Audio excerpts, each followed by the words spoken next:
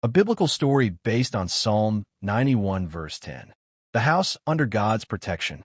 In the hill country of Judah, there lived a man named Eliab, his wife Hannah, and their two children, Micah and Tirzah. They were not rich people. Their house was small, built of stone and clay, with a roof of dried branches and mud. Yet inside that humble home, there was something greater than wealth. There was reverence for God.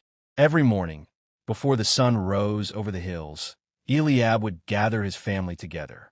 He would lift his hands and say, "The Lord is our refuge and our fortress. He is our shield and our protector." Hannah would bow her head in agreement, and the children would listen carefully as their father spoke of the faithfulness of God. One year, the land was troubled by fear.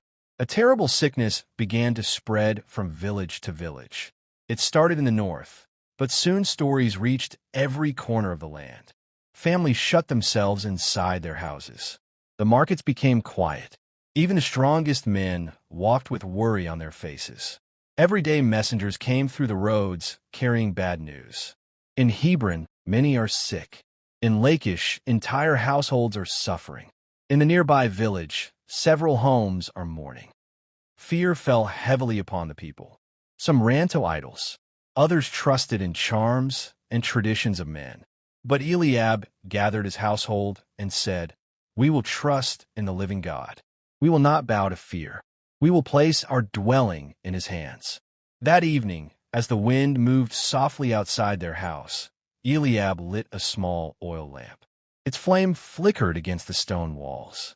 He opened the scroll of the sacred writings and read aloud words of promise about the Lord's protection.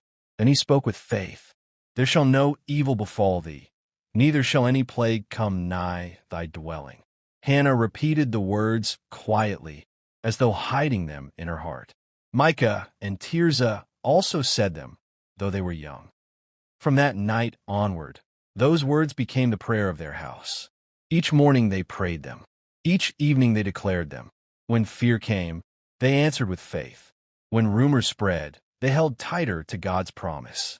Days passed, and the sickness came closer. One morning their neighbor, Abner, came to Eliab's door. His face was pale, and his voice trembled. "Eliab," he said, "the house beside mine has been struck. My own wife is weak with fear. What shall we do?" Eliab placed a hand on his shoulder and said, "Come inside." Abner entered, and for the first time he saw the peace that filled Eliab's home. There was no panic in Hannah's eyes, no trembling in the children's faces. The room was simple,